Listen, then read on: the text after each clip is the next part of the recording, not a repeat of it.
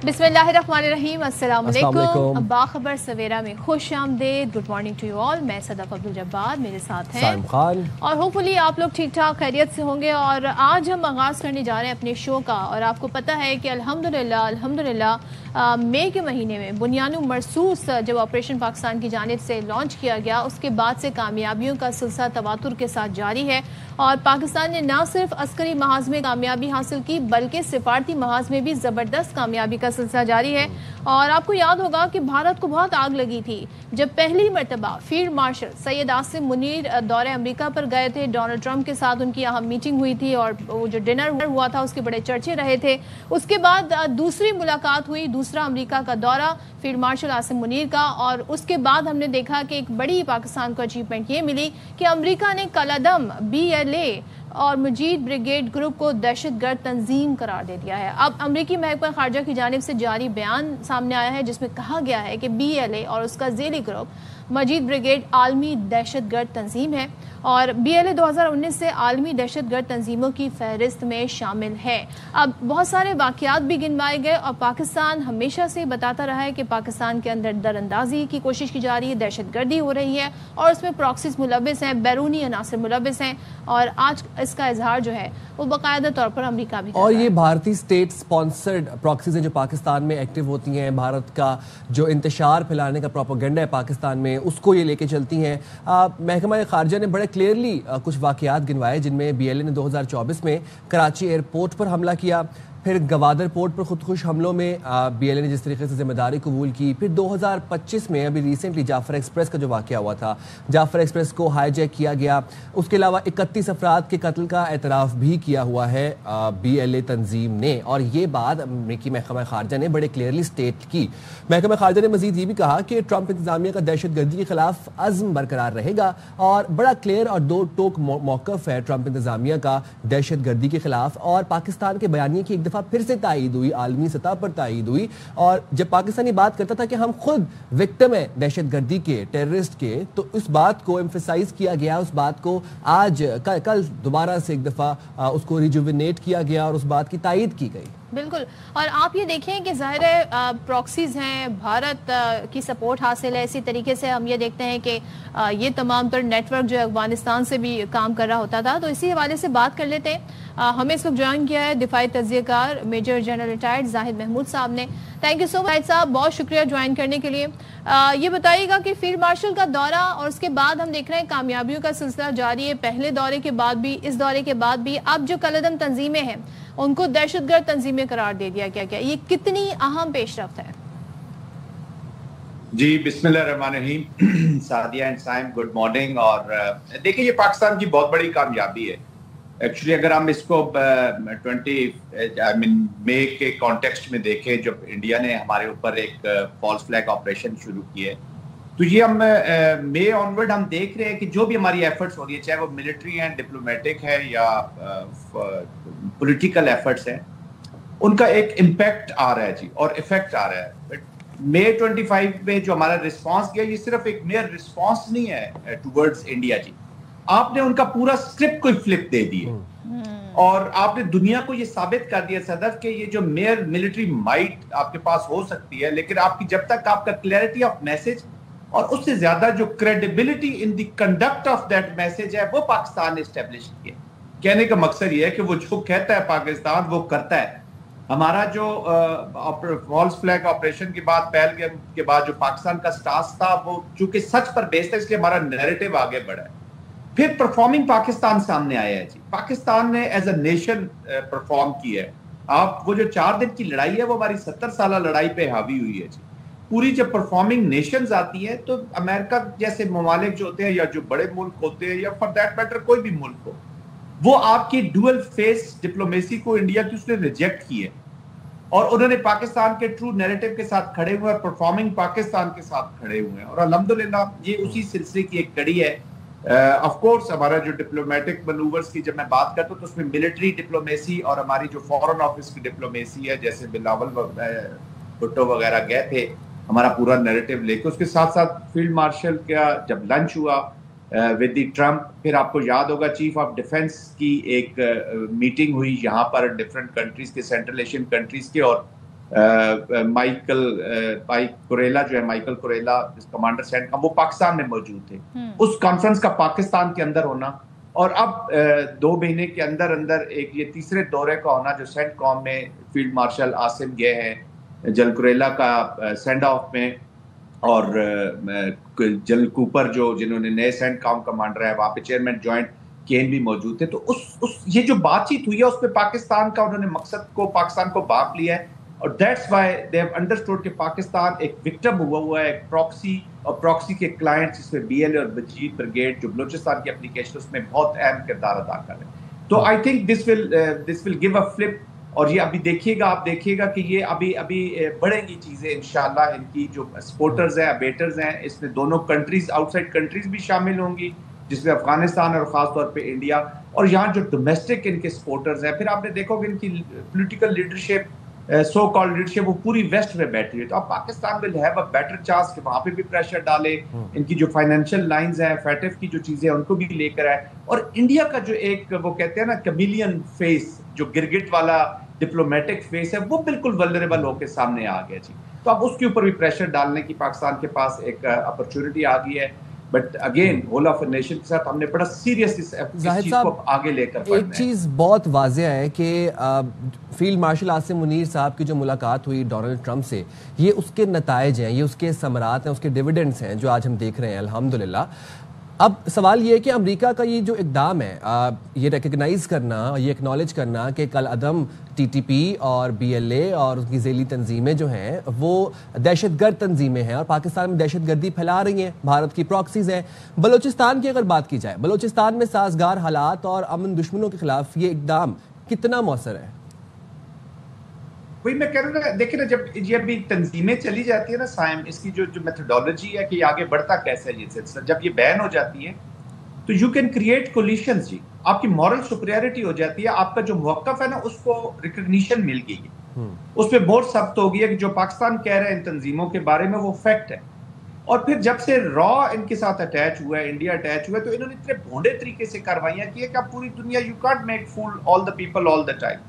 फिर आपकी इतनी भी मोरालिटी खत्म नहीं होगी दुनिया की कि वो बिल्कुल ही पाकिस्तान के अगेंस्ट हो जाए। और दूसरा, भारत का एक चेहरा सामने है, अब ये आगे बढ़ेंगे। You can create regional collisions, you can create international collisions. अभी जब आप अमेरिका से बात करेंगे, खासतौर पे अफगानिस्तान के कॉन्टेक्स्ट में, तो आपका ग्राउंड डिफरेंट होगा। आप कहेंगे जी आपने उनको जो बैन किया है, और वो बैन ऐसे नहीं होता कि आपके कहने पे या उनकी ख्वाहिश हो गई है तो वो बैन करेंगे। They have to give the evidence और रीजंस कि हम बैन क्यों कर रहे हैं, इसलिए तो वो कोर्ट कर रहे हैं। एयरपोर्ट का कोर्ट, देख रहे हैं एयरपोर्ट के इंसिडेंट में 2014 के, if I am not wrong, और पुराने इंसिडेंट, ये जो डिप्लोमेटिक एविडेंसेस होते हैं जी, ये आज आप जो मसला हम कहते हैं ना, आपने डोजियर दे दिया इंडिया के खिलाफ, वो डोजियर जो आज आप देंगे 2, 2.5, 3 साल के बाद उसके असरात देखेंगे। डिप्लोमेसी ऐसे फंक्शन करती है वर्ल्ड की। तो ये वहां से कम्युलेटिव अब यहाँ पर पहुंचे हैं कि दिस इज नॉट गुड।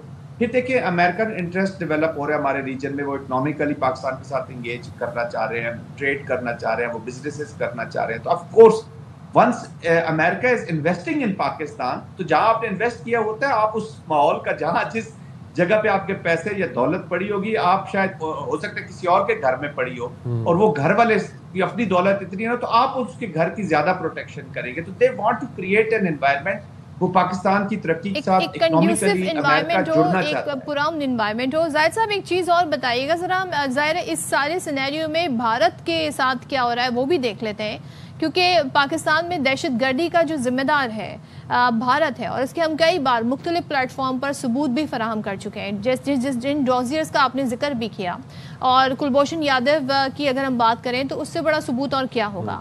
अब अमेरिका का जो ये इक़दाम है भारत के ऊपर क्या कहर ढाएगा, और भारत की जो पोजीशन है इस खत्ते में, जो उनका नैरेटिव है उसको देखते हुए वो कितनी कमज़ोर हुई, उनकी फॉरेन पॉलिसी को कितना बड़ा धचका पहुंचा है।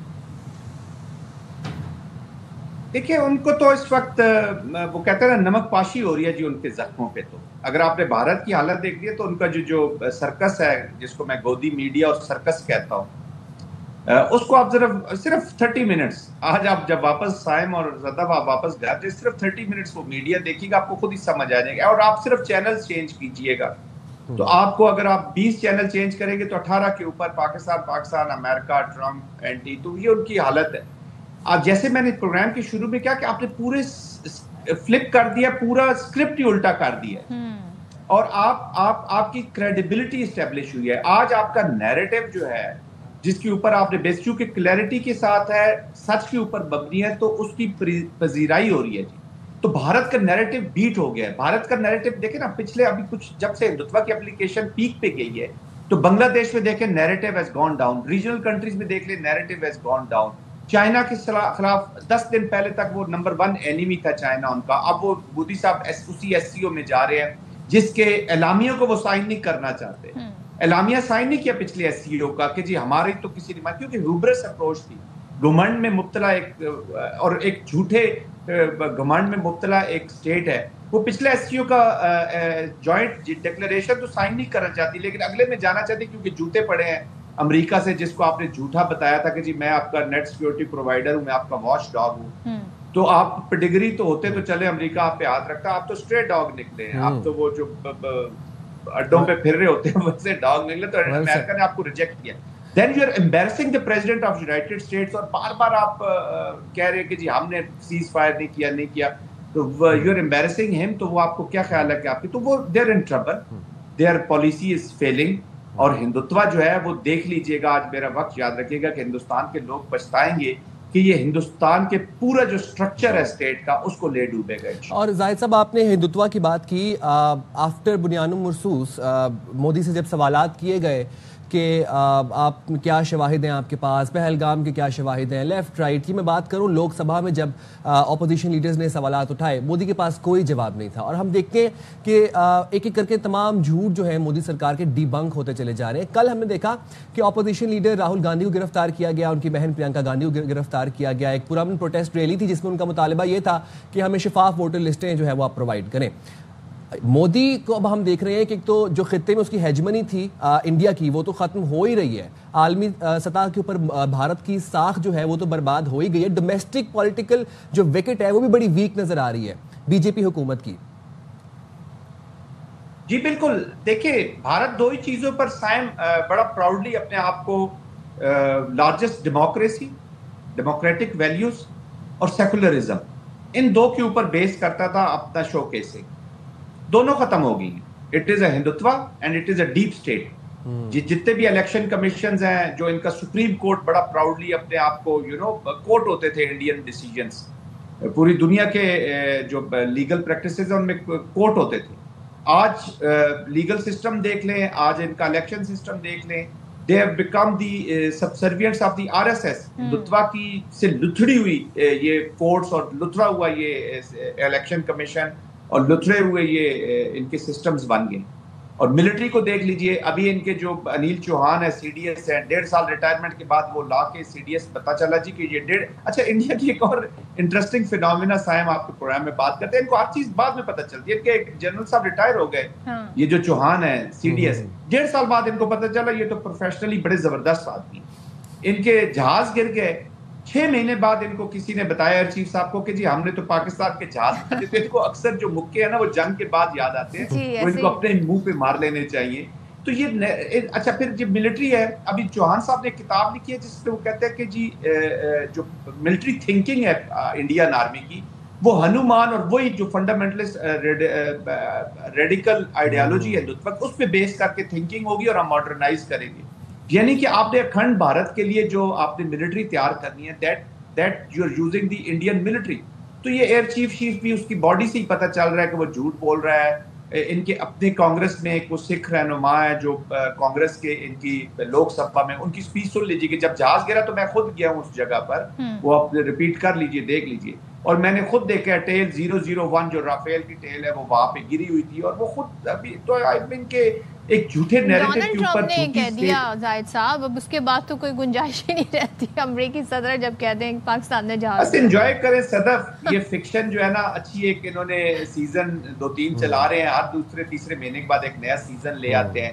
فکشن ورلڈ میں چلے گئے ہیں, اپنے لوگوں کے ساتھ. دیکھیں سب سے بڑے یہ دشمن ہے انڈیا کے اپنے لوگوں کے, جن کے لیے یہ پہلی لیڈرشپ دیکھی ہے جو کانفلکٹ ریزولوشن بجائے کانفلکٹ کے اندر تھرائیو کر رہی ہے. ان کی پالیٹکس, ان کی اکنامکس. اور بہت کرپشن کی اکانومی اس کے ساتھ جڑی ہوئی ہے. یہ جو پروکیورمنٹس ہوتی ہیں, یہ جو ٹیررزم میں پیسہ ڈالیں گے, تو یہ جو چائے والے سرکار ہے یہ ابھی چائے والی نہیں رہی ہے. they have gone far ahead. اڈانیز اور امبانیز کا یہ انڈیا بن گیا, اٹس اے کارپوریٹ انڈیا. اس میں کوئی سیکولرزم, کوئی ڈیموکریسی, یہ فنڈامنٹل چیزیں they are know more their.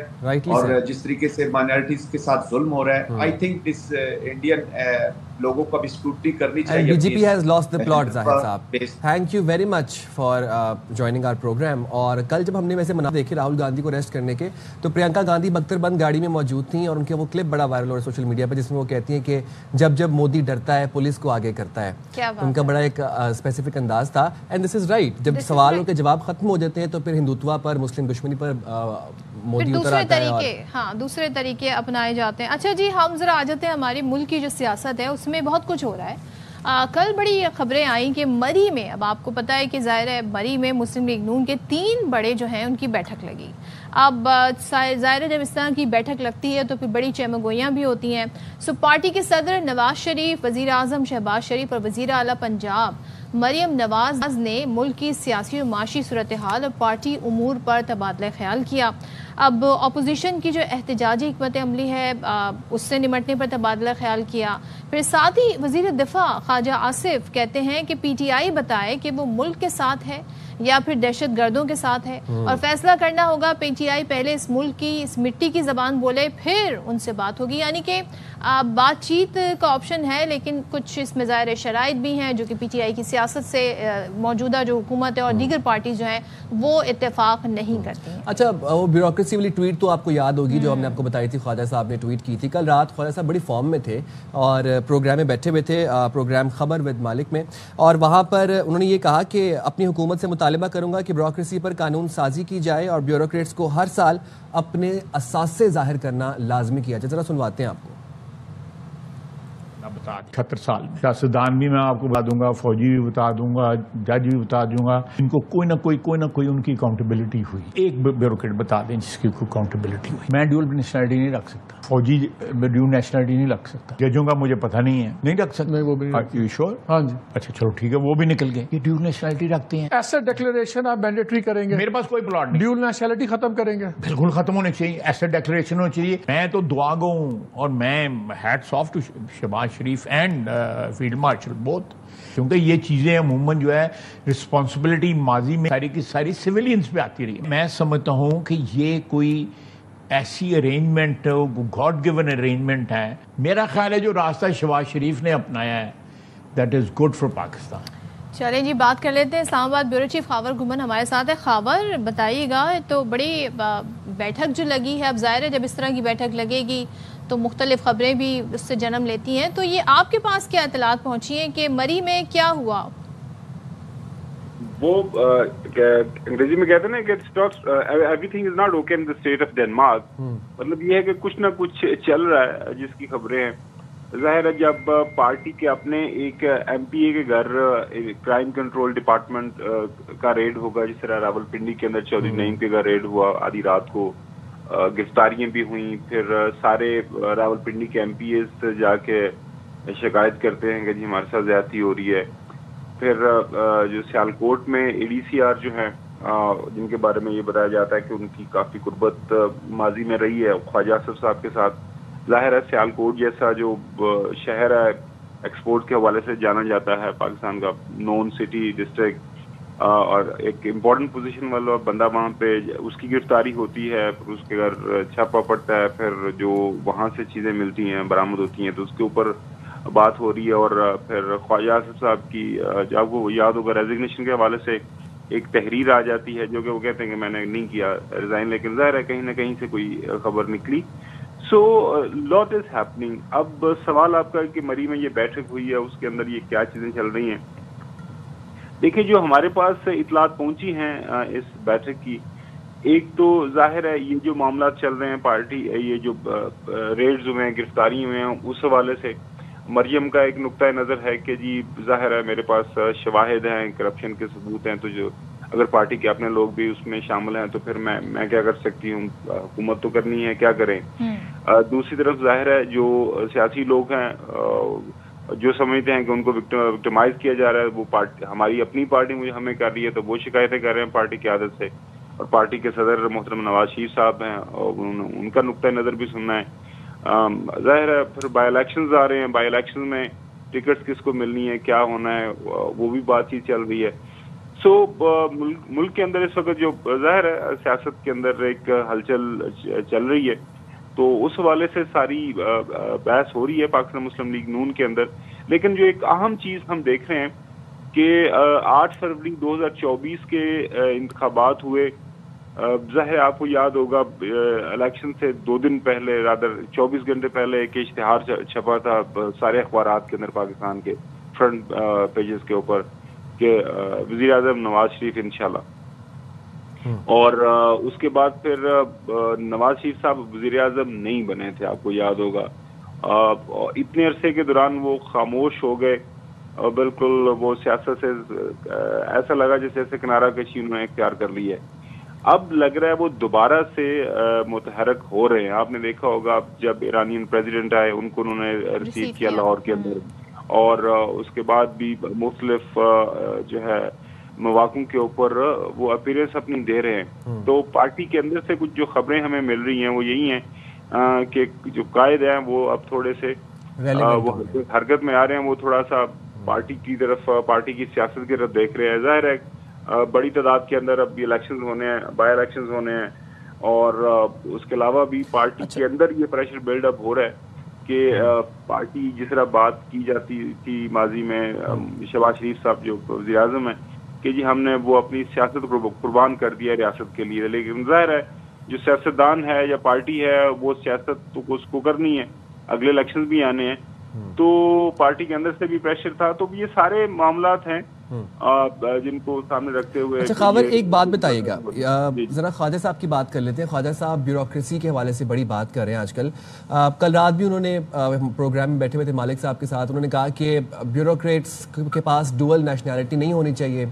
दूसरी बात वो ये कहते हैं कि अपने असासे जाहिर करें, प्लॉट्स का ये जो लामतनाही सिलसिला है ये रुकना चाहिए। ये ख्वाजा साहब अचीव क्या करना चाह रहे हैं? देखिए जी, ख्वाजा साहब ज़ाहिर है वो अपनी मिसाल खुद ही हैं।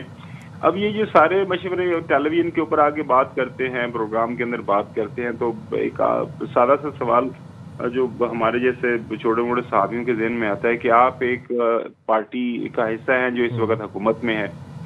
तो पार्टी जो इस वक्त हुकूमत में है वो सादा अक्सरियत में नहीं है, उसके पास 2/3 मेजोरिटी है।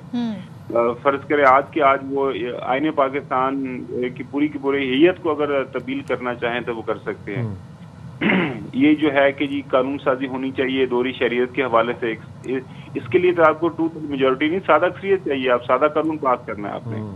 तो सेशन दोनों हाउसेस के चल रहे हैं।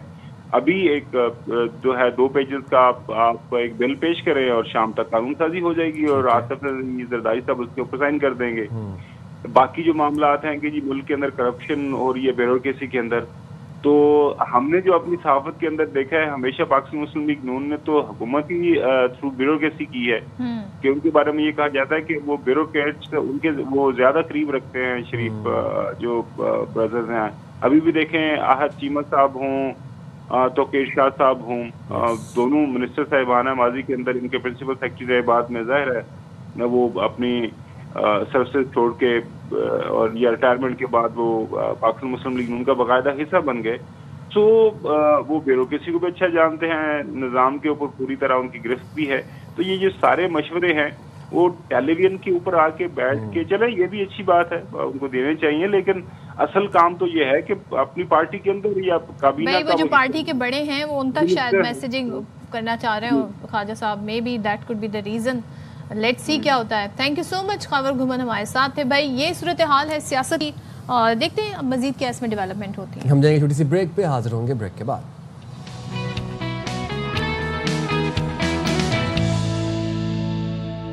Welcome back. और अब जरा बात कर लेते हैं कुछ खेल के मैदान से। کرکٹ کی خبریں آج کل ذرا ہم چونکہ کرکٹ چل اس طرح سے رہی ہے تو ہم ذرا انکلوڈ کرتے ہیں اپنے پروگرام کے اندر. اب دنیا کی سوچیں 10ویں نمبر کی ٹیم ویسٹ انڈیز سے دوسرا ون ڈے ہارنے کے بعد, دوسرا ون ڈے ہمارے ویسے 5 وکٹوں سے, میں یاد کروا دوں آپ کو, نمک پاشی آپ کے زخموں پر تھوڑی سی کر دوں. پہلا ہم جیتے 5 وکٹوں. جی, تو آج پاکستان کا تیسرا میچ ہونے جا رہا ہے. سیریز کا آخری ون ڈے جو جیتے گا وہی سیریز کا فاتح بھی کہلائے گا, اور اس لحاظ سے آج کا میچ نہایت ہی اہم ہے کیونکہ 3 میچوں کی ون ڈے سیریز کا 1 میچ پاکستان, اور جیسا کہ ابھی صدف نے آپ کو بتایا 1 کا فاتح ویسٹ انڈیز رہ چکا ہے. ہاں, تو اب لاسٹ فائنل میچ ہوگا. یہ تو ظاہر ہے. اچھا ویسے اس طرح کی جب سچویشن بن جاتی ہے نا تو پھر مزہ بھی آتا ہے ٹو بی آنیسٹ, ورنہ تو وہ یک طرفہ کھیل جاری رہتا ہے. اب سوال یہ ہے کہ مسئلہ کیا آ رہا ہے, جیسے کہ سائم نے شروع میں مینشن کیا کہ 10ویں نمبر کی ٹیم سے جو ہے ہم اس طرح کھیل رہے ہیں, تو پاکستان کی ٹیم ابھی تک اپنی بالنگ جو ہے وہ سیٹ نہیں کر سکی ہے. دوسرے ون ڈے کی اگر بات کر لیں تو حسن علی, محمد نواز, ابرار کو فہیم اشرف, سفیان مقیم اور نسیم شاہ کی جگہ انہیں شامل کیا گیا تھا, لیکن یہاں بھی ہم وہ پرفارمنس نہیں ان کی دیکھ پائے جو ان سے ایکسپیکٹ کیا جا رہا تھا. اب بالنگ کے ساتھ ساتھ پاکستان کی بیٹنگ پہ تو ہمیشہ ہی سوال اٹھتے ہیں, مطلب یہ کوئی نئی بات نہیں ہے, لیکن دیکھنا یہ ہے کہ آج جو ون ڈے ہے اس میں بیٹرز ہمارے کیا کرتے ہیں, کیا اسٹریٹجی چینج ہوتی ہے کہ نہیں, اور اسی پر بات کر لیتے ہیں. ہمارے ساتھ موجود ہیں sports anchor person Najeeb Alhasnain. Thank you so much Najeeb join کرنے کے لیے. نجیب, کچھ دیکھ کر اندازہ ہو رہا ہے کہ ٹیم جو ہے میچ کے لحاظ سے یا پچ کے لحاظ سے میں کہہ لوں مخالف ٹیم کے لحاظ سے کیا نہیں بنائے گی, اور ایکسپرٹس بھی کہہ رہے ہیں کہ کیوں ہم ہار رہے ہیں, مطلب ہم ایکسپیکٹ نہیں کر رہے تھے. ظاہر ہے ویسٹ انڈیز کی جو پوزیشن ہے, جو ان کی کارکردگی ہے اس کو دیکھتے ہوئے, سو آپ کا ویسے ٹیم پر کیا تجزیہ ہے؟ جی بالکل صحیح کہا آپ نے. عبداللہ اور سائم کے بیچ میں 37 رن کی پارٹنرشپ لگی. جب آپ اتنا دیر کھڑے ہو گئے تو ٹیم کو مشکل سے نکالنا بھی پھر آپ کی ذمہ داری ہے. آپ کو پتا تھا آگے بارش کے چانسز ہے, ذرا تھوڑا سا لمبا لے کے جاتے جب آپ سیٹل ہو گئے ہیں. لیکن عبداللہ شفیق کے لیے تو میں کہوں گا کہ وہ ان کو اپنے کتابی شاٹ سے فرصت ملے تو وہ کوئی میچ پہ دھیان دیں. دوسری طرف سائم کو لگتا ہے کہ ان کی وکٹ کی کوئی قیمت ہی نہیں ہے, ان کو کنسسٹنسی لانی ہوگی. یہ تو ان دونوں پہ بات ہو گئی. بابر اعظم کے لیے لوگ لگے رہتے ہیں کہ ہم جیسے ان کے مخالف ہیں یا ان کے خلاف بات کر رہے ہیں. بات یہ ہے کہ ان کو ذمہ داری لینی ہوگی. نام ان پہ کنگ کا دیا ہوا ہے, پرفارمنس ان کی یہ ہو رہی ہے. میں پھر بھی کہتا ہوں کہ ان کے بغیر ون ڈے اور ٹیسٹ کی ٹیم نہیں بن سکتی, کیونکہ ہمارے پاس کوئی ریپلیسمنٹ نہیں ہے. وہ اچھے پلیئر ہیں لیکن تھوڑا ذمہ داری سے کھیلنا اور تھوڑا ٹیم کے لیے کھیلنا بڑا ضروری ہے. جہاں تک رضوان کی بات ہے, بھائی ان کی اکراس آل فارمیٹ 40 کی ایوریج ہے, بٹ ون ڈے میں اسٹرائک ریٹ دیکھیے 86 کا اسٹرائک ریٹ ہے. یہ بابر دونوں 86 89 کے اسٹرائک ریٹ سے جب آپ کھیلیں گے, ماڈرن ڈے کرکٹ کہاں چلی گئی ہے اور آپ کہاں کھڑے ہوئے ہیں. ہیری بروکس ٹیسٹ میں ان سے تیز کھیلتا, بھائی یہ ون ڈے میں اتنا سلو کھیل رہے ہیں, کچھ سمجھ ہی نہیں آتا. اور رضوان کا تو پرابلم یہ ہے کہ وہ شروع میں آ کے تو بالکل ہی سو جاتے ہیں, پھر بعد میں ریکوری کرتے ہیں, تو ہر بار آپ کو ریکوری کا موقع نہیں ملے گا. ایسا بھی ہوگا جیسا اس گیم میں ہوا ہے, آپ کی وجہ سے ٹیمپو ہی نہیں بن پایا پاکستان کی بیٹنگ کا. تو بیٹنگ نے تو بہت ڈس اپوائنٹ کی. تو بیٹنگ نے ڈس اپوائنٹ کیا یہ نجیب, لیکن اب آپ بالنگ کی اگر ہم بات کریں, آپ دیکھیں کہ سلمان اور سائم دونوں ریگولر بالرز نہیں ہیں, بٹ پھر بھی پہلے ون ڈے میں بھی ان سے 10 اوورز کھلائے گئے, دوسرے ون ڈے میں پھر دوبارہ انہوں نے 10 اوورز کھیلے. یہ 10 اوورز کھیل رہے ہیں پچھلے 2 میچز کے اندر. اسپیشلسٹ بالر سے کیوں نہیں بالنگ کروائی جا رہی؟ کپتانی کی کیا بات کریں, ان سے ان کی باتیں سنیں ایسا لگتا ہے اتنا فلسفہ ہے, اتنا سمجھداری کی باتیں کرتے ہیں. اور کپتانی آپ گراؤنڈ میں دیکھ لیں تو یہ ہے, چیمپئنز ٹرافی کا ڈراؤنا خواب تو ہمارے سامنے ہے. سب کچھ ہونے کے بعد یہ آپ کہہ رہے ہیں کہ میرے ہاتھ میں تو کچھ تھا نہیں, تو بھائی ابھی بھی کچھ ہے تو بتا دیں, نہیں ہے تو پھر ہارنے کا انتظار نہ کریں. اور کپتانی کی جہاں تک آپ نے بات کی ہے, شروع میں آپ نے دیکھا کہ 2 کھلاڑی 12 رن پہ آؤٹ ہو گئے, حسن علی نے وکٹ لے لی ہے, تو کروا دیتے ان سے ایک اور اوور. یہ میچ کو ڈیپ لے جانے والی سوچ کب ختم ہوگی؟ موقع ہی کہاں ہے ڈیپ لے جانے کا. آپ کو پتا ہے کہ یہاں پہ آپ بالیں ضائع کر کے یا سلو کر کے میچ کو جیت نہیں سکتے. You had to go for the kill. آپ کو وکٹیں لینی تھی, تو وکٹیں کس سے لینا چاہ رہے تھے آپ؟ سائم سے, سلمان علی آغا سے, نواز سے. آپ کو تو وکٹیں لینے کے لیے اپنے مین بالرز کو ہی استعمال کرنا تھا. پھر جب وہ شیفین رادرفورڈ, آپ کو پتا ہے وہ فاسٹ بالرز کو اچھا کھیلتا ہے, تو آپ نے شاہین کا اوور کرا کے وہاں اس کی بھی پٹائی لگوا دی. تو وہ جو 45 رن وہاں رادرفورڈ نے کیے, اس کی وجہ سے آپ میچ سے باہر ہو گئے. تو غلطیاں ہی غلطیاں ان کی کپتانی میں, جلدی سیکھنا پڑے گا, ورنہ یہ کیسے کیری آن کر سکتے ہیں آگے. ظاہر ہے اب اس کو کھلانا ہے, کس سے بالنگ کرانی ہے, تو کپتان نے ڈیسائیڈ کرنا ہوتا ہے. آپ نے صحیح پوائنٹ آؤٹ کیا. یہ بتائیے گا, بالنگ کی تو بات ہو گئی, بیٹنگ کی طرف آ جاتے ہیں کیونکہ یہاں پر ہم تو شروع سے ہی مسائل دیکھ رہے ہیں. اب سائم اور عبداللہ سیٹ ہونے کے بعد پھر وہ آؤٹ ہو گئے. بابر رضوان کتنا ہی آپ ظاہر ان سے ایکسپیکٹ کر لیں, یہی پرفارمنس تھرو آؤٹ آ رہی ہے کئی عرصے سے. تو یہ جو سوال اٹھتے ہیں بیٹنگ لائن اپ پر, اس بار تو ہم نے اوپننگ آرڈر بھی چینج کر کے دیکھ لیا, تو یہاں پر کیا غلطیاں ہو رہی ہیں؟ جی اب وہ 10ویں نمبر کی رہی نہیں ہے, وہ جو ان کا مقصد تھا وہ پورا ہو گیا. انہوں نے آپ کو ہرا کر یہ میچ اپنی رینکنگ بہتر کرنی تھی, وہ انہوں نے کر لی. وہ 10ویں سے 9ویں پہ آ گئے اور آپ 4تھے سے 5ویں پہ آ گئے. اب آپ سیریز جیت بھی جائیں نا تب بھی کوئی فرق نہیں پڑے گا, یہ رینکنگ ایسی ہی رہے گی. تو وہ جو فورس کر رہے تھے ویسٹ انڈیز کرکٹ بورڈ والے کہ آپ T20 نہ کھیلیں, آپ ون ڈے ہی کھیلیں, جو پہلے سے ڈیسائیڈڈ تھا, وہ اس وجہ سے تھا کہ ان کو پتا تھا کہ پاکستان تو ثواب سمجھ کے کوئی بھی میچ ہار جاتا ہے, اور ایسا ہی ہوا. بہت شکریہ رجیب الحسنین, آپ نے پروگرام کے وقت نکالا. تو یہ تمام سچویشن تھی, and we are very hopeful and we are very looking forward towards آج کا میچ. دیکھتے ہیں آج کیا بنتا ہے. مجھے ایک ایشو ہے, پتہ ہے میں چاہتی ہوں ظاہر اللہ کرے اور ہماری ٹیم اچھا کھیلے اور ہم اچھا جیت بھی جائیں. جب ہم جیت جائیں گے نا تو یہ والی جو ہم نے نشاندہی کی ہے نا چیزوں کی کہ بولنگ میں کیا خرابی ہے, کیا ڈیسیجن لیے جا رہے ہیں, پارٹ ٹائم بولرز لے کر جا رہے ہیں, جو اسپیشلسٹ ہیں ان کو کیوں نہیں ان سے 10-10 اوور کرائے جا رہے ہیں, یا جو ہماری بیٹنگ لائن اپ ہے, یہ سب کے سب کور ہو جائیں گی اور پھر ہم جو ہے جیت کی خوشی میں سب بھول جائیں گے. تو یہ مسئلہ ہمارے ساتھ یہ بھی ہوتا آ رہا ہے. جب ہی ہم کہتے ہیں نا چیزوں کو پوائنٹ آؤٹ کرنا, اور اتنا اسٹرائک ریٹ اگر آپ رضوان اور بابر کا دیکھیں, یہ کب کام کریں گے اس پر؟ مطلب یہ کہنا کہ ہیری بروک جو ہیں وہ ٹیسٹ میں اچھا کھیل لیتے ہیں, اس سے اندازہ لگایا جا سکتا ہے کہ بھائی ون ڈے میں بھی اب بہت ایگریسو کھیل کھیلا جا رہا ہے. ہم جائیں گے چھوٹی سی بریک پہ, حاضر ہوں گے بریک کے بعد. اسٹے رائٹ دیئر ود اس.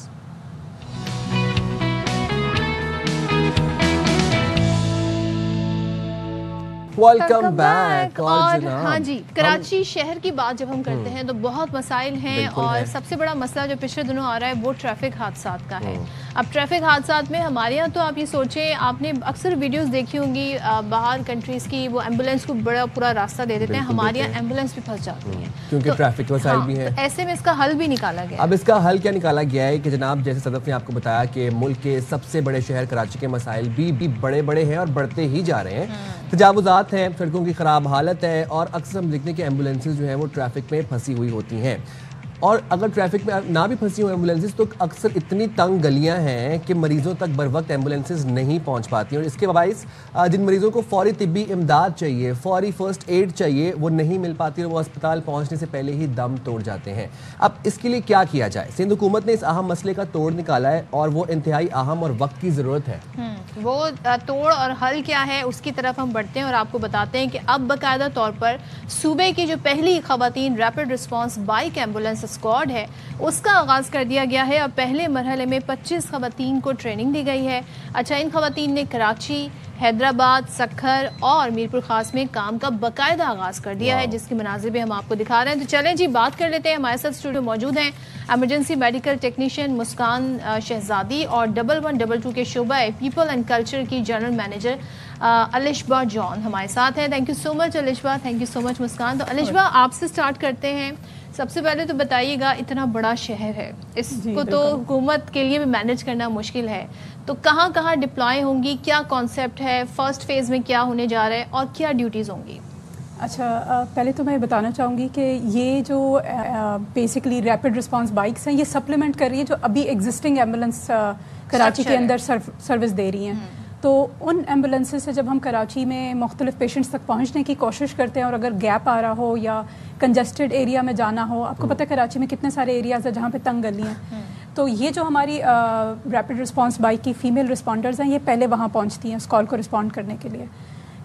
ان کے پاس جو اکوپمنٹ ہے وہ لائف سیونگ ہے. ان کی جو گاڑیاں ہیں, جو ان کی بائکس ہیں وہ ویل اکوپڈ ہیں. اس میں آکسیجن سلنڈرز بھی ہیں, اس میں فائر ایکسٹنگوشر بھی ہے, اس میں لائف سیونگ ڈرگس بھی ہیں. سو ابھی ہم نے ان خواتین کو ٹرین کیا ہے. 25 ٹوٹل بائکس ہیں. ہم چاہ رہے ہیں کہ 10 گنا ان کا سائز بڑھ جائے. ان کو تقریباً ہم نے 1 مہینے کی ٹریننگ دی ہے بائک کی, 70 cc پہلے फिर ये 150 सीसी पे गई हैं, क्योंकि आपको अंदाजा होगा 150 सीसी बाइक जिसने भी चलाई, it's not an easy thing to drive. So they are basically multitasker. इनका मेडिकल बैकग्राउंड भी है. बेस क्वालिफिकेशन ये नर्स हैं. नर्स के बाद हमने इन्हें अपने प्रोटोकॉल का, एम्बुलेंस के प्रोटोकॉल पे 20 से एक्स्ट्रा दिन की हमने ट्रेनिंग दी है. उसके बाद इन्होंने तकरीबन 1 मंथ की कंप्लीट बाइक राइडिंग की ट्रेनिंग ली है. वाओ. तो फिर ऑन द रोड बेसिकली. मुस्कान, आप बताइएगा, 150 सीसी बाइक राइड करती हैं और दूसरी बात ये है कि वो अब ये भी नहीं है कि बाइक है और आप हैं, पीछे सामान भी है आपके पास, वेल इक्विप्ड बाइक्स होती हैं. मुश्किल था, आसान था, शौक कैसे हुआ इस तरफ आने का कि मैं बाइक राइड करूँगी, सब बताइएगा. पहले तो मैंने अपना सफ़र माउंटेन बाईसाइकिल से स्टार्ट किया था. मैं बाईसाइकिल पर मतलब फर्स्ट एड प्रोवाइड करती थी. फिर मुझे 70 ऑलरेडी मैं राइड करती थी, चलाती थी. तो फिर मुझे SIEHS की तरफ से मतलब ट्रस्ट किया गया, मेरे कॉन्फिडेंस बिल्ड किया गया. उन्होंने कहा कि अब आप हमारी 150 जो हमारी RR है, rapid response motor bike ambulance जो है वो आप चलाएं. उसके लिए मुझे इन्होंने 1 महीने की ट्रेनिंग दी. 150 बहुत हैवी है, लेकिन ये कि जब वो चलती है तो बहुत स्मूथली चलती है और बहुत अच्छा भी लगता है कि हम इतनी हैवी बाइक चला रहे हैं और हम उस जगह पे जा सकते हैं जहाँ पर जो हमें पेशेंट है वहाँ पे हम उसकी मदद कर सकते हैं. तो अभी तक आपने कहाँ पर डिप्लॉय हैं, क्या आपकी ड्यूटीज़ हैं? कुछ अभी ऐसा कुछ आपको इंसिडेंट कोई हुआ जिससे आपने सारी अपनी जो सलाहियतें हैं उसका उसमें इजहार किया हो? हमें कॉल दी जाती है, उस कॉल पे हम लोग ऑन लोकेशन होते हैं. उसमें मल्टीपल कॉल होती हैं. उसमें ऐसी कॉल भी होती हैं जो एक्सीडेंट वगैरह होती हैं. कोई ये कॉल कहाँ से आती है? ये कॉल हमें कंट्रोल कमांड सेंटर से दी जाती है.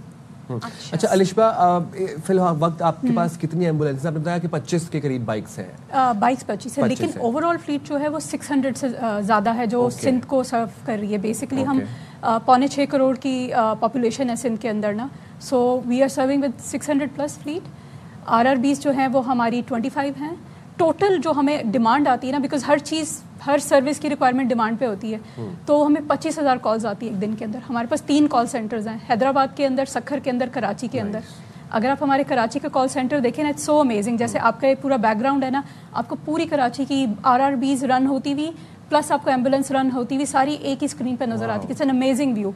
अच्छा अलिश भाई, एक चीज़ बताइएगा, अब ज़ाहिर है कराची की अगर हम एक मिसाल लें, ज़ाहिर है तो पूरे सिंध के लिए हैं, लेकिन कराची में जो हादसात हो रहे हैं, रोड ट्रैफिक के जो इंसिडेंट हो रहे हैं, उसमें हम ये देख रहे हैं कुछ इलाकों में ख़ास तौर पे ऐसे आवर्स में हो रहा है जैसे डंपर है, ट्रॉलर है, जो बड़ी जो व्हीकल्स हैं उनकी वजह से. क्या उस टाइम भी अवेलेबल होंगी? 24 आवर्स अवेलेबल ऑन कॉल हैं? और ये ऑन इनको पहुंचने में वहाँ कितना टाइम लगेगा? ये आप लोगों ने कैसे सारी चीजें मैप आउट की? बेसिकली इसमें मैं एक छोटा सा मैसेज भी देना चाहूँगी. एनीबडी सीज कोई RTA आप देख रहे हैं ना और आप रोड पे हैं, तो आपने 1122 कॉल करना है. 1122 आप कॉल करते हैं ना, तो वहाँ पे RTA के लिए इमीडिएट डिस्पैच है. जो भी सबसे करीब एम्बुलेंस होती है वो वहाँ भेज दी जाती है. उसके अंदर जो नर्स है वो भी क्वालिफाइड नर्स है. रोड ट्रैफिक एक्सीडेंट, कोई भी आप रोड ट्रैफिक एक्सीडेंट देख रहे हैं, मैं डंपर वालों की बात नहीं करूंगी क्योंकि वो केसेस इतने कॉम्प्लेक्स हैं कि उसकी आई डोंट थिंक कि उसकी कॉन्वर्जेशन हमें भी यहाँ पे करनी चाहिए. बट आप RTA देख रहे हैं और पेशेंट में चांसेस हैं बचने के, तो हमारी जॉब ये है कि हमारे लोग ट्रेंड है कि वो लाइफ सेव कर सकते हैं. अगर आपने कॉल किया 1122 पे, एम्बुलेंस डिस्पैच हो रही है, उससे पहले RRB आप तक पहुंचने की कोशिश करेगी. ये लोग मेन शाहराहों पे डिप्यूटेड है. ठीक है, शारे फैसल पे आपको नजर आएंगे, मेन रोड्स पे नजर आएंगे, क्योंकि हमारी कोशिश है कि मैक्सिमम रीच हो. ऐसे ही की पॉइंट पे अगर हम रखते हैं तो रीच बढ़ती है. RTA के लिए हमारा एक वेरी स्पीडी रीच टाइम है, लेकिन उसके लिए अगर हमारे नर्स को या ड्राइवर को एम्बुलेंस चलाते हुए भी RTA कहीं नज़र आता है, रोड ट्रैफिक एक्सीडेंट नज़र आता है, तो वहाँ रुक के वो सर्विस देना शुरू कर देता है और वो कमांड सेंटर को बता देता है कि मैंने ये एक्सीडेंट देखा है और मैं इस पेशेंट को और इतने पेशेंट्स को मैं सर्विस देना शुरू कर रहा हूँ. और फिर उसे पीछे से गाइडेंस मिलना शुरू हो जाती हैं. हमारे जो कॉल सेंटर एजेंट्स हैं उनको पूरा पता है कि कहाँ पे कौन सा हॉस्पिटल है, कितने फासले पे है. जो हमारा फ्लीट का जो नेविगेशन सिस्टम है उस पर नज़र आ रहा होता है कि सबसे करीब हॉस्पिटल कौन सा है, और अगर अटेंडेंट है या नहीं है तो उसके नर्स उसको पूरा सपोर्ट प्रोवाइड करता है. उस पेशेंट को पहले उसको स्टेबलाइज करेगा, फिर उसको मूव करेगा हॉस्पिटल की तरफ. मुस्कान, आपने इतने मुश्किल शोबे का इंतखाब किया, घर वालों की सपोर्ट थी? मेरे वालिद की सपोर्ट थी सबसे ज़्यादा. उन्होंने मुझे गाइड किया. उन्होंने सबसे पहले मुझे ही 70 सिखाई थी. मैं घर पे ऑलरेडी मतलब जहाँ भी मुझे जाना होता तो मैं 70 पर जाती थी. तो मेरे वालिद की तरफ से मुझे बहुत ज़्यादा सपोर्ट थी. वालिद साहब आपको सपोर्ट करते थे बाइक चलाने में? उन्होंने आपको सिखाई? उन्होंने मुझे सिखाई थी. तो क्या फील होता है जब आप अपनी बाइक पे जाती हैं, आप पेशेंट्स को तिब्बी इमदाद देती हैं, उनको रेस्क्यू करती हैं? What is that feeling? بہت اچھا فیل ہوتا ہے کہ ہم جو جن کی کوئی مدد نہیں کر رہا ہم ان کے پاس پہنچتے ہیں, ان کو مدد کرتے ہیں اور ان کا رسپانس بھی کافی اچھا ہوتا ہے. مطلب کافی وہ ہمیں اپریشیٹ کرتے ہیں اور کافی کہتے ہیں کہ آپ اتنے لوگوں میں اتنے رش میں آپ ایک خواتین ہونے کے ساتھ اتنی ہیوی بائک رائڈ کر آئی ہیں اور مطلب ہمیں پیشنٹ کو اسٹیبل کیا ہے, پیشنٹ کو. اچھا, جو چیز جو کانسیپٹ اچھے بھی ہوں لیکن جب نئے ہوتے ہیں نا, ہماری تھوڑی سی پبلک جو ہے نا اس کو ایکسیپٹ کرنے میں اس کو ٹائم لگاتی ہے اور تھوڑا سا ذرا وہ اویئر نہیں ہوتے. ہمارے یہاں جب اس طرح واقعات ہو جاتے ہیں پورا ایک جمع غفیر لگ جاتا ہے, مدد کرنے والے کم ہوتے ہیں, تماشبین زیادہ ہوتے ہیں. تو اس سے کیسے آپ لوگ کوپ اپ کریں؟ کیا انہیں آئیڈیا ہے کہ آپ کون ہیں, آپ کیوں یہاں پر ہیں, یا آپ باقاعدہ اعلان کرتی ہیں کہ اب آپ راستے سے ہٹ جائیں, کلیئر کر دیں کیونکہ میں ان کی مدد کرنے آئی ہوں؟ جب ہمیں کال دی جاتی ہے تو ہمارے پاس الارم ہوتے ہیں, لیمپ ہوتی ہے, تو لاؤڈ اسپیکر وغیرہ ہوتا ہے, وائرلیس وغیرہ ہوتا ہے, ہماری بائک میں آلریڈی ہوتا ہے. تو اس سے ہم لوگ جب ہم لوگ ایمرجنسی پہ جاتے ہیں وہ ہم لوگ آن کر لیتے ہیں. جب ہم لوگ پیشنٹ پہ یا آن سین جاتے ہیں تو وہ ہمارا کنٹینیو آن رہتا ہے اور اس سے ہمیں اسپیس مل جاتی ہے پیشنٹ کو ڈیل کرنے میں. لولی. لیکن اس پہ میں موقع لینا چاہوں گی ایک میسج دینے کا. میں جب ان کی ویڈیوز دیکھتی ہوں, جب یہ ٹریننگ لے رہی ہوتی ہیں, تو کیونکہ ایک تھوڑا سا ناول سا ویو ہے کہ خاتون 150 cc بائک پہ آ رہی ہے. یہ 150 cc بائک ویسے ہی بہت اٹریکٹیو ہے, اس کے اگر آپ ویژولز دیکھیں تو لوگ جو ساتھ گزر رہے ہوتے ہیں نا وہ دیکھنے کے لیے قریب آتے ہیں. تو یہاں پہ میں ایک چھوٹا سا میسج بھی دینا چاہوں گی, you know it's about safety, کہ یہ کوالیفائڈ نرس ہے, یہ کسی کی جان بچانے جا رہا ہے, جا رہی ہے.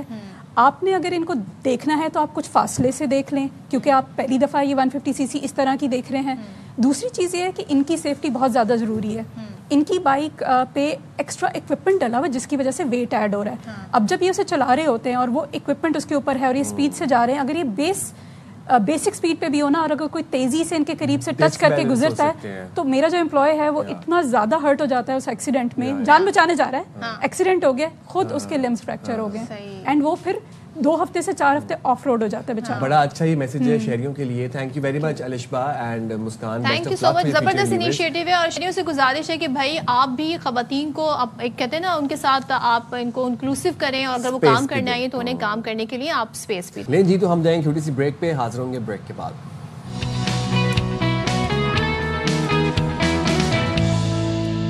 السلام علیکم.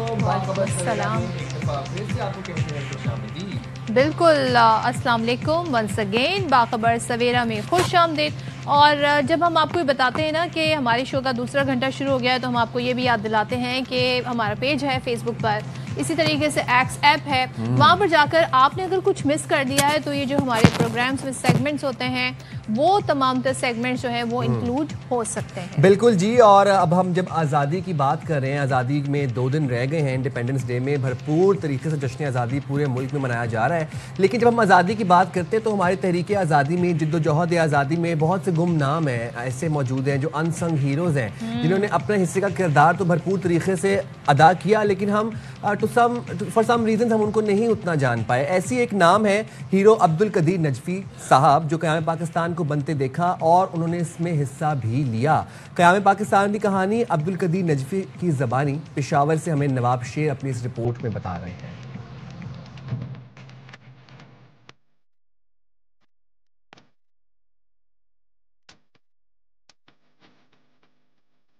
قیام پاکستان کے یہ چشمدید گواہ پشاور کے 92 سالہ عبد القدیر نجفی نہ صرف جدوجہد آزادی کا حصہ رہے بلکہ قیام پاکستان کے ناقابل فراموش لمحوں کے چشمدید گواہ بھی ہیں. 14 سال کی عمر میں قائد اعظم کو بے باکانہ ملنے لاہور چلا گیا. اسے میری شخصیت پر بڑا اثر ڈالا کہ یہ آدمی اتنا بڑا کام کرنے جا رہا ہے کہ پاکستان بنانے جا رہا ہے. جذبہ حب الوطنی سے سرشار عبد القدیر نجفی کے مطابق پاکستان کا قیام کوئی عام واقعہ نہیں بلکہ قربانیوں سے عبارت وہ باپ ہے جس پر آج بھی فخر کیا جاتا ہے. اگر پاکستان نہ بنتا تو ہم نہ ختم ہونے والے عذاب میں پڑ جاتے ہیں. اچھا, کل پاکستان بننے والا, کل آج میری حالت یہ تھی کہ خوشی کے مارے میری جان نکلنے لگی ہے. عبد القدیر نجفی کہتے ہیں مارکہ حق میں پاکستان کی عظیم فتح قیام پاکستان کے جوش و جذبے کا تسلسل ہے. یہ جو اللہ تعالیٰ نے فتح دیا ہم کو ہندوستان پر ماضی قریب میں, تو یہ اسی جذبے کی وجہ سے ہے. जदोजहद आज़ादी के इस गुमनाम मुजाहिद को आज भी वतन की मिट्टी से लाजवाल मोहब्बत है और पाकिस्तान की तरक्की ही इनका पैगाम है। तारीख के कुछ बाब कागज़ पर नहीं इंसानों के दिलों पर लिखे जाते हैं। नचवी साहब इन चंद सफ़ात में से एक है जिन्होंने सिर्फ तारीख नहीं देखी बल्कि ख़ुद तारीख बन गए हैं। कैमरामैन मोहम्मद शकील के साथ नवाब शेर, ARY न्यूज़, पेशावर। कहते हैं ना, इन्होंने तो अपनी आंखों से पाकिस्तान को बनते देखा है। ये उन लोगों में से हैं और मुल्क के हीरो हैं। क्या क्या बात है। और ज़ाहिर है इनका कर्ज है हम पर और हम मकरूज़ हैं इनके, क्योंकि ज़ाहिर है वो जो सारी जद्दोजहद है, वो पूरी जो माइग्रेशन है, अगर आप उसको पढ़ने बैठे उस तारीख को, तो आपको अंदाज़ा होगा कि कितनी मेहनत से और कितनी कुर्बानियों के बाद हमें आज़ादी हासिल हुई है। नवाब शेर कहते हैं कि कुछ ऐसी स्टोरीज हैं, कुछ ऐसे लोग हैं जिनकी जद्दोजहद जो है वो तारीख के पन्नों पे नहीं है, लेकिन वो हमारे दिलों में महफूज है। और हमारी कोशिश है कि हम इस आज़ादी के सीजन में 2 दिनों में आपको अनसंग हीरो से मिलवाएं और आज़ादी ट्रांसमिशन में भी मिलवाएंगे इंशाल्लाह। अच्छा जी, उर्दू ज़बान जो है ना बड़ी यूनिक है और बड़ी हमें तो आसान लगती है बिकॉज हम बचपन से बोल रहे हैं, हमारी मदर टंग है। लेकिन जो लोग जिनकी ये ज़बान मादरी ज़बान नहीं है और जब वो लोग बोलते हैं और वो डिग्नेटरीज हों तो बड़ा अच्छा, बड़ा प्राउड फील होता है। आपको याद है जर्मन कौंसल हमारे साथ अक्सर और बेशतर बात करते थे तो वो उर्दू में कुछ अल्फाज। इसी तरीके से कराची में तैनात हैं जापान के कायम मकाम कौंसल जनरल नाकागाबे सोशी। उन्होंने जश्न आज़ादी के मौके पर पाकिस्तानियों से मोहब्बत का इजहार बड़े अनोखे अंदाज से किया, बड़े खूबसूरत अंदाज से किया है। यानी उर्दू दानी का, अपनी उर्दू का उन्होंने हुनर दिखाया। अच्छा, और गिटार बजाकर मिली नगमा भी पेश किया है। और कराची में जापानी कायम मकाम काउंसिल जनरल ने उर्दू ज़बान में जश्न आज़ादी पाकिस्तान की मुबारकबाद भी दी है। दिखाते हैं आपको। अपनी होगी पहचान कभी न भूलो, सबकी नजरों में पाकिस्तान हमारा। मार्का हक और जश्न आज़ादी की तैयारियां और जोश व खरोश से जारी हैं। जापान कौंसल खाने में भी पाकिस्तान से मोहब्बत का इजहार किया जा रहा है। यहाँ पर मौजूद है जापान के कायम मकाम कौंसल जनरल। ये बताइए, जश्न आज़ादी में जापान पाकिस्तान का एक दरीना दोस्त है, इसकी खुशियों में भी आप शामिल हैं। पाकिस्तानी भाई और बहनों के लिए ये बहुत खुशहाल मौका पर मैं कायम कौंसल जनरल जापान कराची में और कौंसल जनरल जापान हत्तोरी मसारो साहब की जानिब से आपसे मुबारकबाद पेश करते हैं। मुझे बड़ी खुशी हुई है आप मुझे ऐसी कीमती मौका देकर ये मेरी तरफ से खुशहाल पैगाम देना, तो बहुत बहुत शुक्रिया। पाकिस्तानी जो जापान में रहते हैं और पाकिस्तानी लविंग जापानी लोग आ गए तो इकट्ठे कर ये पाकिस्तानी और जापान ये दरीना दोस्ती ये फॉलो करने के लिए और मजबूत करने के लिए कोशिश कर रहे हैं। इनका यही कहना था कि जापान की आवाम भी पाकिस्तान की खुशियों में शरीक है। पाक जापान दोस्ती को मजबूत बनाने के लिए वो सेलिब्रेशन जश्न आज़ादी में शरीक है और खुशियाँ को भी सेलिब्रेट कर रहे हैं। जी आप देखिए क्या मजे की पर्सनैलिटी है और नौजवान दिख रहे थे बिल्कुल। हाँ, और सोचें कितना अच्छा इन्होंने मैसेज भी दिया। और मुझे तो बड़ी हैरत हुई बिकॉज जापानीज़ लैंग्वेज जो है वो हमें बड़ी डिफरेंट लगती है और जापान की क्या बात है जिस तरह उन्होंने तरक्की की है। सो कभी इनसे वैसे आमना सामना हुआ तो पूछेंगे भाई तरक्की का राज क्या है। जरूर जी, और फिटनेस का राज क्या ये भी पूछेंगे इनसे। तो जब हम नौजवानों की बात कर ही रहे हैं, जब हम यूथ की और यंगस्टर्स की बात कर ही रहे हैं, तो आज नौजवानों का आलमी दिन मनाया जा रहा है। और आज के दिन का मकसद ये है कि नौजवानों को बाइख्तियार बनाया जाए, खुद मुख्तार बनाया जाए। हम देख रहे हैं पाकिस्तान में जिस तरीके से नौजवान एंटरप्रेन्योरशिप में हिस्सा ले रहे हैं, ई कॉमर्स में हिस्सा ले रहे हैं, और मैं कहता हूँ 17-18 साल मतलब टीन एज के अंदर ही जो है वो नौजवानों को बाइख्तियार बनने का शौक पैदा होता जा रहा है, अपनी सलाहियतों को सेल करना आता जा रहा है नौजवानों को। तो आज हम इस चीज़ को सेलिब्रेट कर रहे हैं। नौजवान किसी भी मुल्क की तरक्की का इंजन होते हैं और पाकिस्तान की मजमूई आबादी का आप ये देखें कि 64% मतलब 30 साल से कम उम्र लोगों पर मुश्तमिल है और जिनमें से 26% की उम्र 15 से 29 साल तक है। So they are our future। आप सोचें किसी पॉपुलेशन का अगर अगर 64% नौजवानों पर मुश्तमिल हो तो आप अंदाज़ा लगा सकते हैं कि हमारा फ्यूचर कितना स्ट्रॉन्ग हो सकता है अगर हम अपने नौजवानों पर मेहनत करें। तो जो हालिया बजट है अगर हम उसकी बात करें तो उसके मुताबिक पाकिस्तान में अब ज़ाहिर है ये नौजवान हैं, आज अच्छा पढ़ रहे हैं, कल ये पढ़ के बाहर आएंगे तो फिर ज़ाहिर है इनको रोज़गार की भी तलाश होगी। तो पाकिस्तान में बेरोज़गारी की जो शरह है वो 6.3% है, जिनमें ज़्यादा तादाद 15 से 35 साल की उम्र के अफराद शामिल हैं, यानी कि वो जिन्हें अब जॉब अपॉर्चुनिटीज़ मिलनी चाहिए उन्हीं के लिए हम देख रहे हैं कि जॉब अपॉर्चुनिटीज़ नहीं है। इसकी वजह क्या है? नाक़िस निज़ाम तालीम है, वसाइल उतने नहीं हैं, इवन कि हमारा जो एजुकेशन सिस्टम है वो भी हम देखते हैं कि वो जो एक इंटरनेशनल लेवल का होना चाहिए, इक्विप्ड होना चाहिए जदीद तरीक़ों से, वो नहीं है। अब बेरोज़गारी में इजाफे का ये चीज़ें सबब भी बन रही हैं। इसके अलावा हम ये देख रहे हैं कि नौजवान अपने तौर पर ख़ास तौर पर बिकॉज ऑफ इंटरनेट मुख्तलिफ तरीके से साइंस, टेक्नोलॉजी और खेलों के मैदानों में नुमाया पोजीशन भी हासिल। अच्छा, जब हम नौजवानों की बात करें तो हम मर्द और ख़वातीन दोनों की बात कर रहे हैं। हम देख रहे हैं कि जितना पोटेंशियल हमारी ख़वातीन में है इस मुल्क की, अभी हमने आपको मिलवाया एक bike rider first aid service 1122 एहलकार से। उससे पहले हमने आपको स्टोरी बताई थी एक जहाँ पे ट्रैम की ड्राइवर थी, ऑरेंज जो ट्रेन लाइन है उसकी ड्राइवर थी एक नौजवान पंजाब में। तो ये तमाम तो नौजवानों की बात हो जिनमें पोटेंशियल मौजूद है but don't have enough facilities कि वो अपने किसी कोई प्लेटफॉर्म नहीं जहाँ पर वो अपने सलाहियतों का मुजाहरा कर सके, और जॉब अपॉर्चुनिटीज़ भी बहुत कम है हमारे। बिल्कुल ऐसे ही। और जो आपकी यूथ होती है ना वही इनोवेटिव आइडियाज़ लेकर आती है, पुरानी जनरेशन जो है वो यूज्ड टू हो जाती है, वो स्टेटस को का हिस्सा बन जाते हैं। चलिए जी, बात करते हैं पंजाब के वज़ीर खेल और उमूर नौजवानान मलिक फैसल अयूब हमारे साथ हैं।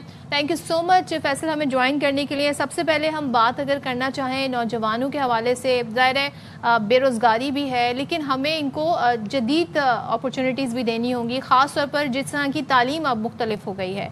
सो आपके तहत क्या किया जा रहा है, हुकूमत अपने तौर पर क्या कर रही है इस यूथ के लिए? जी अस्सलाम वालेकुम सदफ, अस्सलाम वालेकुम ताइम, क्या हाल चाल है? ठीक है। फर्स्ट ऑफ ऑल मैं कहना ये चाहूँगा कि अल्हम्दुलिल्लाह पाकिस्तान के यूथ और ख़ास तौर पर पंजाब के यूथ को मैं समझता हूँ कि ये मुबारकबाद है और ये खुशी का वक्त है कि Pakistan is going on a right track, कि हमें ये पॉजिटिव एनवायरनमेंट अपने सूबे में और अपने मुल्क में ये देनी चाहिए। उसकी वजह यह है कि मैं जो पंजाब की पाकिस्तान की यूथ है इसको मैं 2 टियर्स में मैं डिस्क्राइब करता हूँ। एक वो हमारी यूथ है जो हमारी स्कूल्स के अंदर है, जिनको अभी जॉब्स की फिक्र नहीं है, और एक वो यूथ है जो यूनिवर्सिटी से ग्रेजुएट होने वाली है और उनको अपनी नौकरियों की फिक्र है। सबसे पहले हमने क्या किया कि जो हमारी नौजवान नस्ल स्कूलों के अंदर है, कॉलेजेस के अंदर है, उनके लिए सबसे ज़्यादा क्या ज़रूरी था, जो हमारे वक्त में भी ज़रूरी ज़्यादा था और आज भी उतना ही ज़रूरी है, वो है स्पोर्ट्स। स्पोर्ट्स के लिए पूरे पंजाब में, पाकिस्तान में बहुत टैलेंट है लेकिन मौजूद नहीं था तो इंफ्रास्ट्रक्चर नहीं था। पंजाब हुकूमत ने रिकॉर्ड टाइम के अंदर in just last 12 months we finished almost 100 multi-purpose sports facilities in Punjab. 100 is a big number, जिसके अंदर 58 नहीं है और almost 40 something पुरानी है।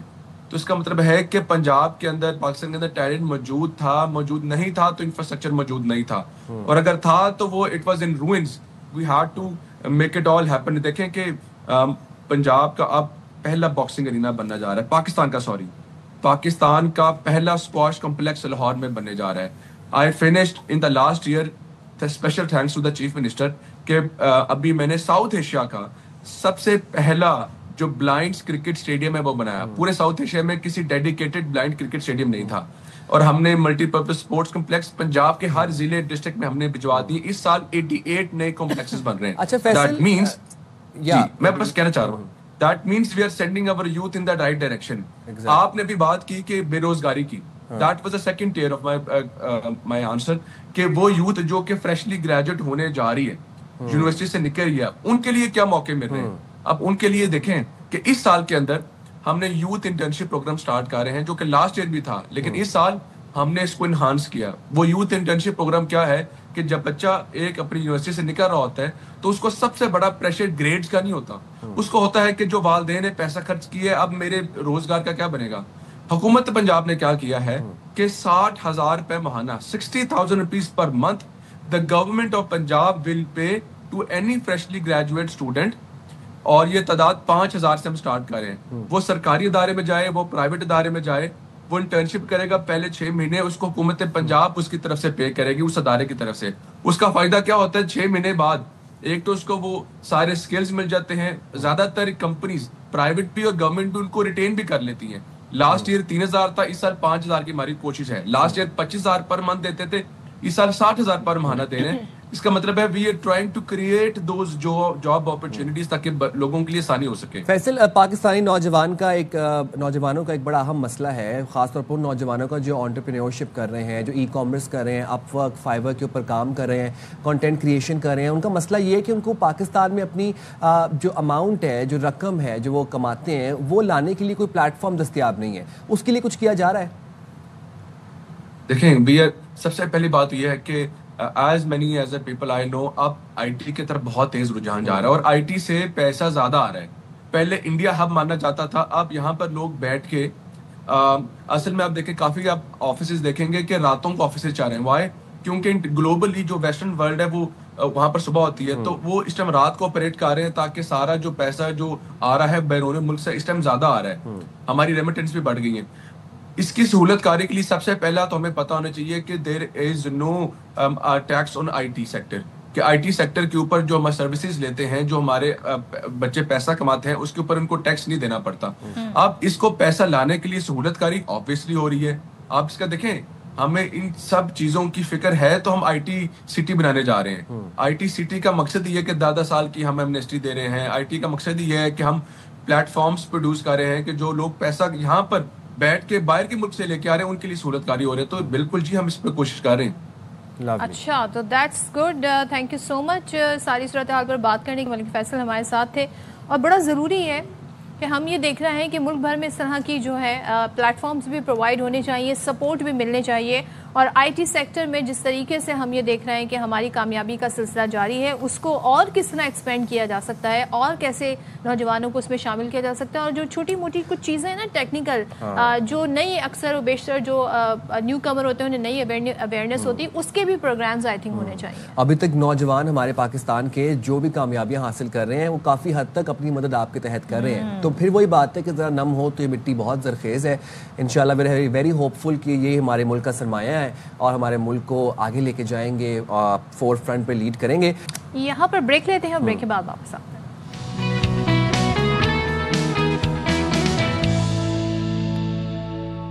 Welcome back once again. جب ہم بات کرتے ہیں کہ ہمارے یہاں اپنے طور پہ نوجوان کس طریقے سے آگے بڑھ رہے ہیں بغیر کسی فیسلٹیز کے, بغیر کسی اسپانسرشپ کے, تو آزاد کشمیر کے ضلع باغ کی بات کریں گے.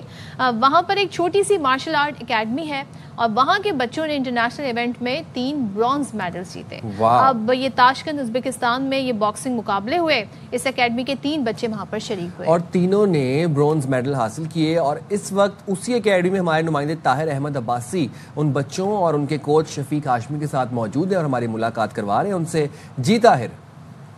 جی, میں آزاد کشمیر کے شہر باغ کی اس مارشل آرٹس اکیڈمی میں موجود ہوں جس کے بچوں نے تاشکند کے اندر 3 میڈل لیے اور وہاں پر پاکستان کا پرچم جو ہے وہ سر بلند کیا. پہلی بار پارٹیسپیٹ کیا اور فرسٹ ٹائم میں نے برونز میڈل حاصل کیا. ہماری اکیڈمی میں ویسی فیسلٹیز موجود نہ ہونے کے باوجود بھی ہمارے کوچ کی نگرانی میں ہم نے انٹرنیشنل ایونٹ میں پارٹیسپیٹ کیا اور الحمدللہ ہم لوگوں نے برونز میڈل ون کیا. جب انویٹیشن موصول ہوا تاشکند سے تو ہمارے 6 بچوں نے اس کے لیے کوالیفائی کیا, لیکن انفارچونیٹلی اسپانسر نہ ہونے کی وجہ سے ہمارے 3 ہی بچے جو اپنی مدد آپ کے تحت جا پائے. اور الحمدللہ اگر ان 3 بچوں نے وہاں سے برونز لیا, اگر 6 بچے جاتے تو ہم 6 کے 6 میڈل لے کے آتے ہیں. ہم موسٹلی اداروں کے پاس گئے, وہاں سے ہمیں پازیٹیو رسپانس نہیں ملا. اگر حکومت وقت اس طرح کے ہیروز کی سرپرستی کریں, اس طرح کی اکیڈمیز کی سرپرستی کریں تو یہ پاکستان سے باہر بڑے جوہر دکھا سکتے ہیں. صحیح کہا کہ اگر ان کی سرپرستی کی جائے, اگر ان کو پراپر ٹریننگ دی جائے, ان کے کوچز ہوں, تو پھر بہت کچھ بہتر ہو سکتا ہے. اور سوچیں یہ اپنے طور پہ اتنا کچھ کر رہے ہیں, تو جب ان کو باقاعدہ ساری فیسلٹیز ملیں گی تو پھر کیا ہوگا. جس میں ان کا اکوپمنٹ ہوتا ہے, ان کا گیئر ہوتا ہے, ان کی ڈائٹ ہوتی ہے, ان کی ٹریولنگ ٹکٹس ہوتی ہیں, ذرا سا تھوڑا سا اگر ان کے اوپر ہم ہاتھ رکھ دیں گے نا سر کے اوپر, تو یہ بڑا हमें मज़ीद तमगे ब्रॉन्ज गोल्ड सिल्वर लेके आएंगे पाकिस्तान के लिए। आगे बढ़ते हैं और ज़रा आपको बताते हैं कि आपको याद होगा, मैं आपको बताया था असिस्टेंट कमिश्नर ज़ियारत को अगवा कर लिया गया था। तो अब असिस्टेंट कमिश्नर ज़ियारत की बाजियाबी के लिए ऑपरेशन जारी है और डिप्टी कमिश्नर ज़ियारत ज़काउल्लाह दुरानी ये कहते हैं कि इलाका दुश्वार गुजार है और इसी वजह से मुश्किलात का सामना भी है और सर्च ऑपरेशन में ड्रोन्स का भी इस्तेमाल किया जा रहा है। अच्छा जी, ये सयाहती मकाम से अगवा हुए और वहाँ सूरत हाल इस वक्त क्या है? कोयटा से हमारे नुमाइंदे अब्दुल्ला मक्सी हमारे साथ हैं, उनसे जान लेते हैं। अब्दुल्ला मक्सी बताइएगा, जो कोशिशें की गई बाजियाबी के लिए क्या क्या किया गया है और क्या अब इस तक अपडेट्स हैं आपके पास? जी बिल्कुल, 2 रोज़ कबल इतवार के शाम को असिस्टेंट कमिश्नर ज़ियारत अफजल बाकी को वो अपने फैमिली के साथ ज़रज़री के मकाम पे तफरीह के गर्ज से गए थे। ताहम वहाँ पे मुसल्लह अफराद ने उनको अगवा कर लिया, जिसमें उसका जवां साला बेटा और वो शामिल हैं। बाद में उनकी जो फैमिली है उनको छोड़ दिया था, लेकिन उनके बेटे को उनके साथ ले गए अगवा करके। मैं ये कहना चाह रहा था कि ये दूसरा वाक़या है कि असिस्टेंट कमिश्नर तुम्प को भी इसी तरह कोयटा आते हुए अगवा किया गया था। ताहम 2.5 माह गुजरने के बावजूद ताहाल वो बाज़याब ना हो सके। तो इस हवाले से गुज़श्ता रोज़ मेरी बात हुई DC ज़ियारत से ज़काउल्लाह दुरानी साहब से। उनका यही कहना था कि दुश्वार गुजार इलाके हैं, जंगलात भी है और पहाड़ी इलाका है, वहाँ पे काफ़ी उनको सर्चिंग में भी मुश्किलात का सामना करना पड़ रहा है। सर्च ऑपरेशन का सिलसिला जारी है और उनके मुताबिक उनकी कोशिश है कि जो असिस्टेंट कमिश्नर है उसको बाज़याब करा जाए और उनके मुताबिक तमाम वसाइल परोकार लाए जा रहे हैं और कोशिश की जा रही है कि सर्च के दौरान उनका पता लगाया जाए। ताहम उनका ये कहना था कि अब तक उनका पता नहीं लगाया जा सका, न सुराग अब तक कोई ऐसा मिला है। ताहम वहाँ पे जो मकामी आबादी है उनकी भी मदद ली जा रही है कि उनसे मदद ली जाए ताकि जो मुल्ज़िमान हैं उन तक पहुंचा जाए। ठीक है, अब्दुल्ला मगजी हमारे साथ मौजूद हैं, तर्जुमान बलोचिस्तान हुकूमत शाहिद रिंद साहब, जरा उनसे ही बात कर लेते हैं। शायद बहुत शुक्रिया, आपने बाखबर सवेरा के लिए वक्त निकाला। असिस्टेंट कमिश्नर ज़ियारत और उनके बेटे के हवाले से जो ऑपरेशन इस वक्त किया जा रहा है, सर्च ऑपरेशन, उसकी क्या अपडेट्स हैं आपके पास? जी देखें, ये अफसोसनाक वाकया 2 रोज कबल ज़ियारत जिले में पेश आया, जब असिस्टेंट कमिश्नर ज़ियारत जो है वो अपनी फैमिली के साथ एक पिकनिक पॉइंट पे मौजूद थे और चूंकि वो फैमिली के साथ थे तो उनके पास जो असिस्टेंट कमिश्नर के पास रिवायती तौर पे सिक्योरिटी होती है वो भी इतनी ज्यादा नहीं थी, सिर्फ एक ड्राइवर और एक गनमैन उनके हमरा थे। तो उस जगह पे नामालूम अफराद ने आके उनको जैसे कहते हैं अगवा किया है, उनके बेटे समेत, और इलाके में इस वक्त सर्च ऑपरेशन जारी है। लेकिन जब तक उसमें कोई प्रोग्रेस नहीं हो जाती उस डेवलपमेंट को हम मीडिया पे शेयर नहीं कर सकते। अच्छा, और ज़ाहिर है सर्च ऑपरेशन आपने कहा जारी है, तो फैमिली का इस वक्त कोई मौक़िफ़ है आपके सामने? वो क्या कह रहे हैं सारी सूरत हाल में? देखिए, फैमिली से गवर्नमेंट और डिस्ट्रिक्ट एडमिनिस्ट्रेशन राब्ते में, और फैमिली इस वक्त लाजमी सी बात है कंसर्न है उनकी बाहिफाजत बाजियाबी के लिए, और हुकूमत जो है जो भी डेवलपमेंट उनकी बाजियाबी के लिए इस वक्त हो रही है उससे गवर्नमेंट ने फैमिली को ऑन बोर्ड रखा हुआ है और फैमिली को एतमाद में ले रहे हैं, और उम्मीद है कि जो सर्च ऑपरेशन जारी है उसमें सिक्योरिटी फोर्सेस को कामयाबी मिलेगी। शाहिद साहब, ये जो सर्च ऑपरेशन जारी है, जाहिर सी बात है दुश्वार गुजार रास्ते हैं तो इससे थोड़ी मुश्किलात भी पेश आ रही हैं, लेकिन क्या टूल्स इस्तेमाल किए जा रहे हैं, क्या जदीद आलात इस्तेमाल किए जा रहे हैं इस ऑपरेशन में? देखिए, जो भी टेक्निकल असिस्टेंस सिक्योरिटी फोर्सेस को रिक्वायर्ड है वो फराहम की जा रही है। उसके अलावा जो भी ऑपरेशनल रिक्वायरमेंट्स हैं सिक्योरिटी फोर्सेस की वो भी उनके पास मौजूद है, लेकिन मैं पॉइंट आउट नहीं कर सकता कि उन्हें कौन कौन सी टेक्निकल फैसिलिटीज अवेलेबल है।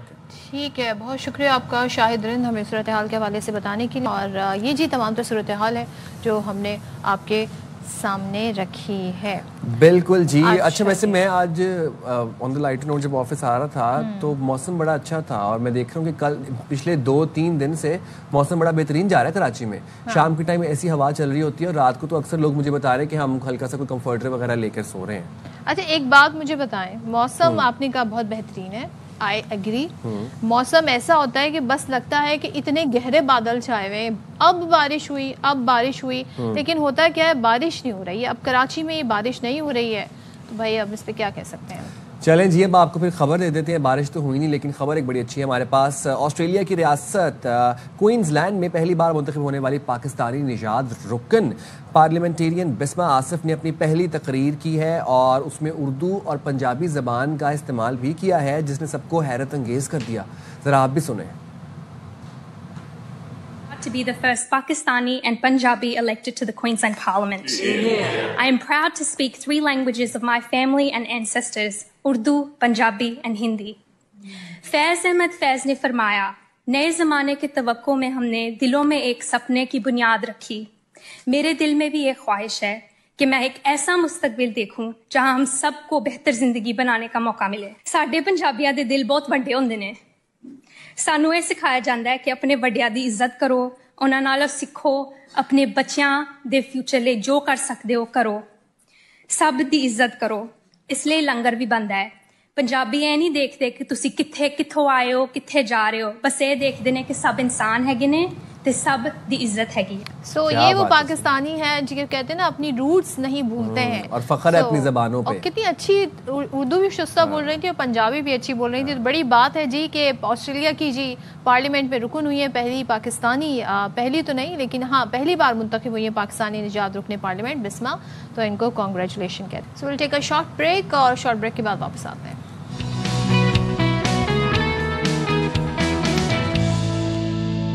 جی اور ساتھ ہی ہم آپ کو بتائیں کیونکہ اب اجازت چاہنے کا وقت آ گیا ہے, لیکن 14 اگست آ رہی ہے اور 14 اگست صرف جشن ہی نہیں ایک نیا مشن بھی ہے, یعنی کہ آؤ مل کر بنائیں پاکستان. سو یار بھائی زندگی پر 14 اگست کو آ رہی ہے ایک اسپیشل ٹرانسمیشن جو دیکھنا آپ ضرور نہ بالکل جی. اور اس اسپیشل ٹرانسمیشن میں ہمارے بہت اسپیشل مہمان ہوں گے, سیلیبریٹیز ہوں گے جو بات کریں گے 3 بنیادی مسائل پہ, صحت, تعلیم اور مالی استحکام. تو اگر آپ کو ان ٹاپک سے ریلیٹڈ کوئی مسئلہ ہے تو اسکرین پر موجود واٹس ایپ نمبر پر رابطہ کریں یا پھر آپ لائیو ٹرانسمیشن میں کال بھی کر سکتے ہیں. آؤ مل کر بنائیں پاکستان. ٹھیک ہے, اسی کے ساتھ آپ سے اجازت. اللہ حافظ, اپنا خیال رکھیے گا. پاکستان زندہ باد.